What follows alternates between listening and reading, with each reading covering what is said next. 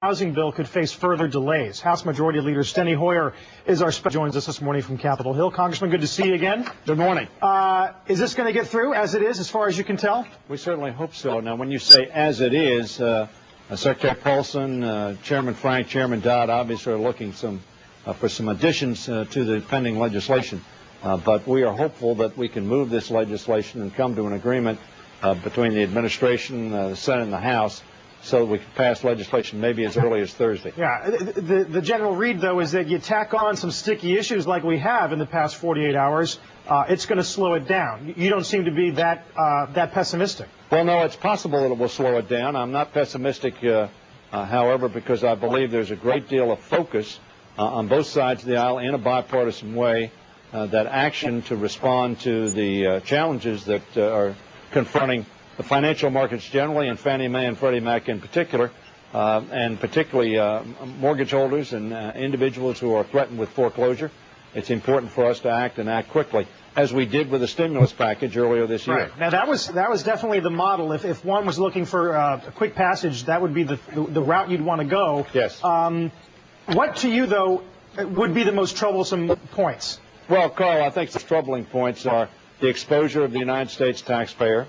But basically, I believe that everybody understands that we've had legislation pending now, in some cases over a year. We passed GSE, government-sponsored enterprises oversight for Fannie Mae and Freddie Mac over a year ago. Unfortunately, that languished for some months, but we are now moving.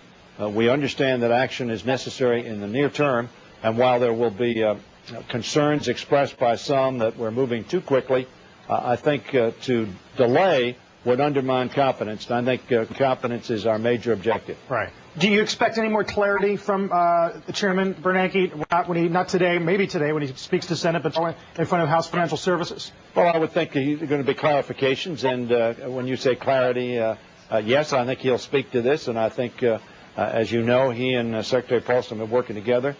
Barney Frank, the chairman of the Financial Services Committee, has been engaged over the weekend and prior to that in discussing with Secretary Paulson and I believe Federal Reserve Chairman Bernanke as to what steps are appropriate to take in this instance to create stability and confidence in the marketplace.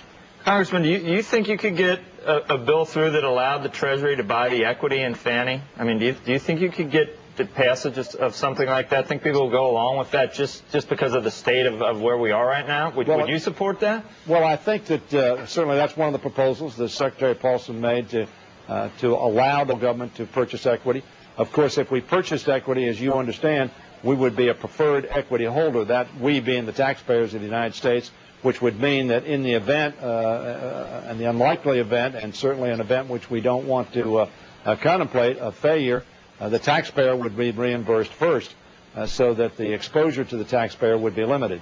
There's some people that are just talking about with some of the activities that were, it's a moral hazard question. Yes. If you're allowing the shareholder and actually having the government become a shareholder with an institution that many people say over the years did engage in some risky behavior, it makes no sense to keep throwing taxpayer money at it. And I'm just wondering whether you really think both sides of the aisle will go along with that particular provision. I don't know that everybody will go along with it, but I think there is a sense on both sides of the aisle that it is necessary, again, to take such actions as will bring stability and confidence to the marketplace, particularly as it relates to Fannie Mae and Freddie Mac.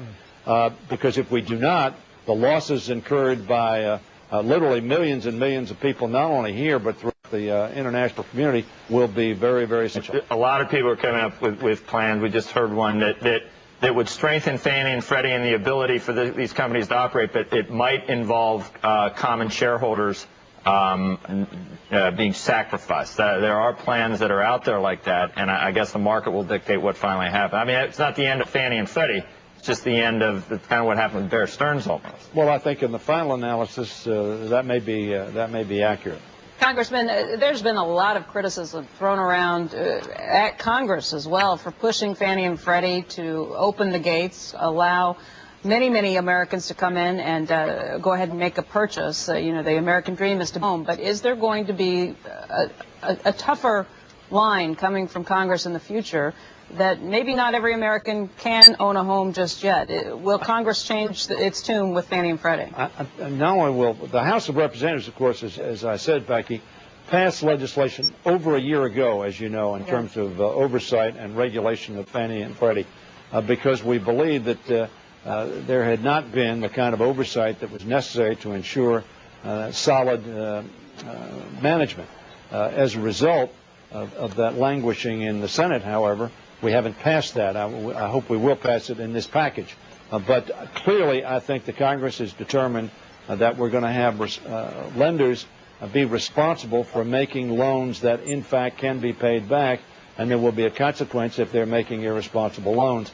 I think, unfortunately, in the subprime market, we saw clearly where lenders had no real concerns about the ability of individuals to carry their loans for a long period of time. Yeah. We cannot allow that to continue. Senator Schumer's taken a couple of knocks for the comments he made about Indy Mac, and then the resultant, the subsequent collapse of the bank. I think that's unfair. And where's the line between where politicians should express concern about a bank and try to keep from yelling fire in a crowded house? Well, I think that's a tough line, because the public expects us as their representatives to call attention to problems that confront them and our country. But on the other hand, we want to make sure, as Mr. Lindsay said earlier, that our comments are measured and do not make the problem worse. Was Senator Schumer guilty? Well, I'm not going to get into whether Senator Schumer was guilty or not guilty. That's not my job. I think Senator Schumer obviously understands, and I think wants to make sure that there is confidence in the marketplace as well. But I think, as I said, we also have a responsibility to look at irresponsible behavior in the eye and call it for what it is. But we need to be careful. We need to be measured. We need to make sure that we don't add to the problem, that we are part of the solution, not part of the problem. Yeah. We'll be watching closely on the Hill next couple of days, Congressman. Good to talk to you. Good to talk to you.